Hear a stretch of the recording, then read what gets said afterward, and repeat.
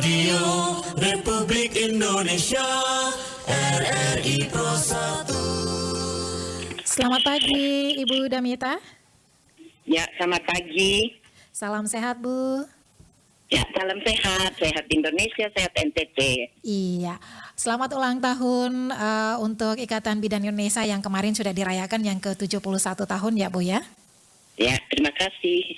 Oke, baik Ibu Damita, ini berdasarkan informasi yang kami peroleh di hari ulang tahun yang ke-71 ya, Bapak Gubernur ini menitipkan 3 hal yang harus jadi prioritas organisasi IBI, yakni stunting, kematian ibu dan anak.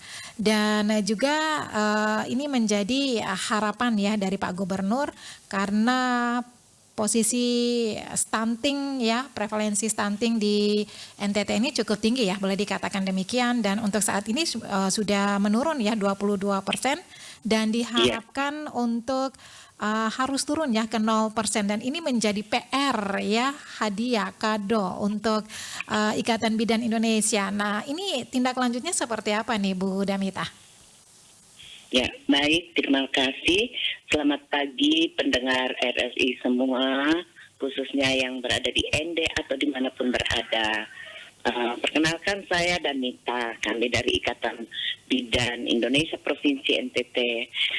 Sesuai dengan kado tadi yang dikatakan yang diberikan oleh Gubernur ke kami Ikatan Bidan Indonesia khususnya yang ada di NTT, kado di ulang tahun yang ke-71 ini ya, terkait 3 hal, membuat zero angka kematian ibu dan angka kematian bayi dan juga zero prevensi stunting. Nah, ini tugas yang harus kami emban dan kami harus mampu melakukan itu. Jadi kami sudah membuat tujuan mimpi kami, visi kami bahwa itu harus zero. Ke depan kalaupun itu terjadi, berarti kami harus berusaha sekuat mungkin supaya itu tidak terjadi. Nah, untuk itu pada saat ini kami bidan terus bekerja. Ya, kami terlibat di dalam berbagai program pemerintah. Saat ini salah satunya bidan terlibat di dalam tim pendamping keluarga. Bagaimana seorang bidan mendampingi keluarga mulai dari remaja putri masuk ke dalam calon pengantin, saat sebelum hamil, saat hamil, sampai melahirkan, sampai dengan pertumbuhan perkembangan dari bayi yang dilahirkan tersebut. Nah, supaya tidak terjadi stunting, tentu 1000 HPK itu sangat penting. Itu menjadi tugas pokok seorang bidan untuk mengawasi 1000 HPK. Tetapi bukan hanya 1000 HPK, mulai dari remaja dan catin tadi. Kalau kita fokus di 1000 HPK, kita sudah kehilangan beberapa langkah. Remaja, misalnya remaja itu anemi, ya tentu kita harus berikan dia dulu penyuluhan, berikan dia edukasi, sehingga saat sebelum dia menikah, aneminya sudah teratasi. Baik. Untuk angka kematian ibu dan bayi, ya, ini juga sudah menjadi tugas pokok dari kami. Karena bidan itu pendamping, teman, sahabat daripada keluarga, khususnya perempuan. Nah, selalu kami berikan pelayanan yang terbaik, ya, misalnya dalam pemeriksaan kehamilan. Ya, pemeriksaan kehamilan bukan saja kuantitas yang kami perhatikan, tetapi kualitas yang kami perhatikan di dalam memberikan pemeriksaan kehamilan. Begitu pula di dalam pelayanan persalinan dan pemantauan pertumbuhan perkembangan daripada bayi yang dilahirkan. Sehingga kami bidan, bila seorang ibu tidak membawa bayinya untuk kontrol ke rumah sakit, kami lakukan home visit, kunjungan rumah. Ya, jadi selama neonatus bayi, kalau ibu ini tidak membawa bayinya ke posyandu, ke rumah sakit atau puskesmas, selalu dilakukan kunjungan rumah. Dan tugas kami yang berikut yaitu kolaborasi. Misalnya kami menemukan masalah ya yang itu bukan kewenangan kami, selalu berkolaborasi dengan dokter atau mungkin ada nutrisionis ya kalau terkait dengan gizi, baik itu gizi ibu hamil, gizi habis melahirkan atau gizi daripada bayi tadi. Jadi peran kami itu ibu ya dari seorang bidan promotif itu selalu memberikan edukasi ya, preventif kami selalu mencegah supaya yang kelompok beresiko tadi ya, kelompok beresiko terjadi stunting itu tidak sampai terjadi stunting ya. Kelompok beresiko nih ada calon pengantin, ada ibu hamil ya, yang ibu hamil yang anemik, yang kekurangan energi kronik itu resiko melahirkan bayi yang berat lahirnya rendah. Nah, bila bayi berat lahir rendah, ini resiko untuk terjadi stunting, ya. Jadi kami punya tekad ibu, bagaimana kita kami mengawal, bidan mengawal, sehingga generasi yang dilahirkan, bayi yang dilahirkan itu tumbuh menjadi generasi yang sehat, ya. Dia harus berkualitas dan dia harus produk supaya tidak menjadi beban keluarga, tidak menjadi beban pemerintah, sehingga visi dari Bapak Gubernur, pemerintah Provinsi NTT, NTT Bangkit, NTT Sejahtera, dan visi dari Bapak Presiden menghasilkan generasi Indonesia yang unggul bisa tercapai. Seperti itu Ibu. Baik Ibu Damita, ini luar biasa sekali ya. Ini menjadi tugas dan tanggung jawab yang harus diemban ya oleh IBI di Nusa Tenggara Timur. Ini boleh tahu berapa banyak ya jumlah bidan yang ada di NTT saat ini Ibu Damita? Bidan yang ada di NTT saat ini sudah sekitar 8.000-an, tetapi yang sudah terdaftar menjadi anggota IBI itu 7.450. Kenapa ada yang belum terdaftar? Karena itu mereka masih berproses. Ada yang baru selesai pendidikan, masih urus STR, masih urus KTA. Nah, yang kami daftar sebagai anggota IBI itu bila sudah memiliki surat tanda registrasi, sudah memiliki KTA. Jadi yang belum masih sekitar 500-an itu sementara berproses. Oke, dan ini kegiatan layanan kesehatan ini hanya boleh dilakukan oleh nakes yang memiliki STR seperti itu ya, Bu Damita ya? Iya, betul Ibu. Ya. Oke, baik. Dengan adanya program dan juga target ya zero stunting seperti itu, ini para bidan juga wajib memiliki sertifikasi profesi. Dalam mendukung pelayanan kesehatan yang berkompeten ya, begitu ya Bu Damita ya? Iya, betul Ibu. Oke. Nah, selain program dan juga target yang ingin dicapai ya di tahun selanjutnya, program-program sebelumnya yang sudah dilaksanakan menjelang hari ulang tahun IBI ini, kegiatan apa saja Bu Damita yang sudah dilaksanakan? Pemirsa yang kami hormati ya, kami sudah melakukan kegiatan sejak bulan Maret menjelang HUT IBI yang ke-71 ini. Bentuk-bentuk kegiatan kami itu ya kami mendukung pemerintah dalam pelaksanaan BIN ya, Bulan Imunisasi Nasional. Juga kami melakukan pelayanan kontrasepsi, 1 juta kontrasepsi ya. Selain itu kami tetap bersama-sama pemerintah ya melakukan vaksinasi ya. Nah, vaksinasi ini kami jemput bola ya. Ada yang turun ke rumah-rumah ya menjadi vaksinator untuk bagaimana mempercepat cakupan daripada vaksinasi ini bisa tercapai. Selain itu kami tetap melakukan pelayanan kami, pemeriksaan ibu hamil ya, pelayanan kebidanan ya, baik itu kepada perempuan maupun kepada bayi, balita dan anak.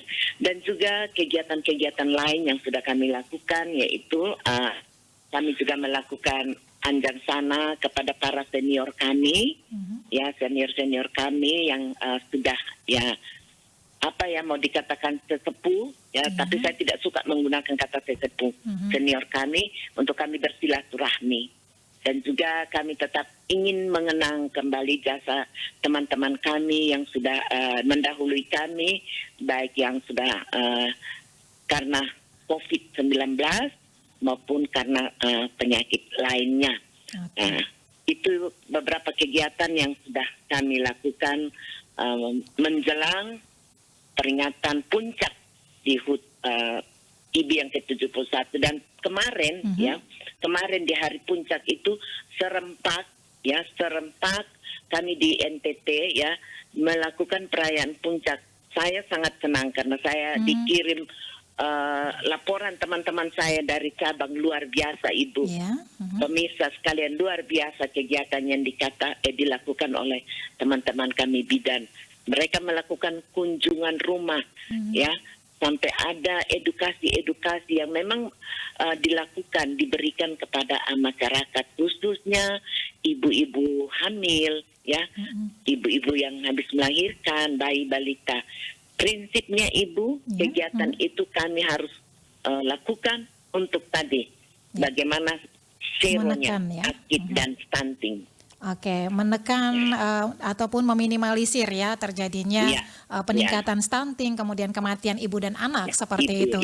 Dan masih terkait dengan hari ulang tahun IBI ini, Bu Damita berdasarkan informasi kami juga peroleh bahwa nanti ada rapat kerja yang akan dilaksanakan di Labuan Bajo tanggal, kalau tidak salah tanggal 14 sampai 16 Juli mendatang. Ini apa yang ini apa yang menjadi pembahasan di rapat kerja tersebut nih Bu Damita? Sebenarnya rapat kerja daerah itu yang pertama tentu kami akan bahas tentang program yang kami sudah rencanakan, pencapaiannya sebatas mana. Kami evaluasi pencapaian program kerja yang kami sudah buat untuk 5 tahun ke depan, dan bila belum tercapai itu tentu kami akan melakukan perbaikan dan merencanakan mungkin trik-trik yang baru lagi. Yang kedua kami akan melakukan seminar ilmiah, dan pada seminar ilmiah ini kami mendatangkan narasumber dari IBI Pusat, Ketua Umum IBI Pusat, dan kami mendatangkan narasumber dari Kepala BKN Wilayah 10 Denpasar,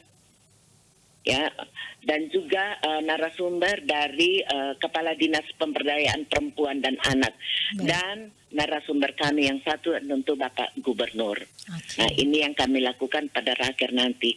Nah, selain itu juga Ibu, tentu bidan ini juga setelah lelah bekerja ada pengen juga rekreasi, kami isi juga dengan malam-malam kesenian. Jadi ada 2 malam itu kami akan isi dengan malam kesenian, tarian kreasi, dan itu kami lombakan.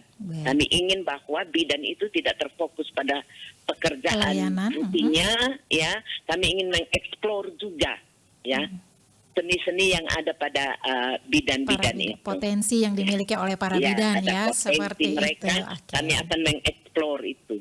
Oke, baik. Dan yang terakhir nih Bu Damita, apa yang ingin Anda sampaikan kepada orang tua yang memiliki bayi ataupun balita, dan juga untuk orang tua yang memiliki anak stunting ini, himbauannya seperti apa nih, dan juga untuk para bidan khususnya. Silakan Bu Damita. Terima kasih Ibu.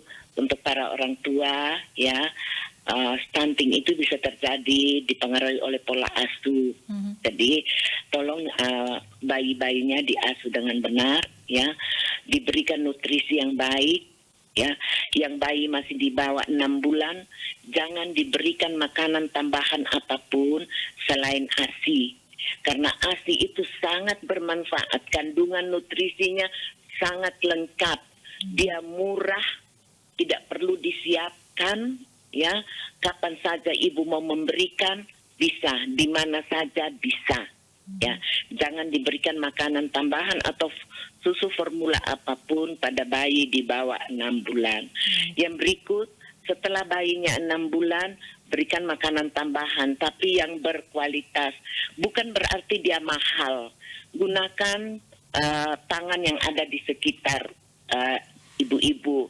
Salah satunya yaitu kelor, ya. Jangan anggap sepele dengan kelor karena itu nutrisinya sangat bagus. Yang berikut pola asuh yang lain, ya. Perhatikan higienis daripada anak-anak kita. Dan yang tidak kalah penting bahwa anak-anak itu setiap bulan harus dibawa untuk diukur, ditimbang, dilihat pertumbuhan perkembangan. Ibu-ibu jangan puas lihat anaknya bertumbuh, wah dia gemuk. Tetapi kita juga harus memperhatikan perkembangannya.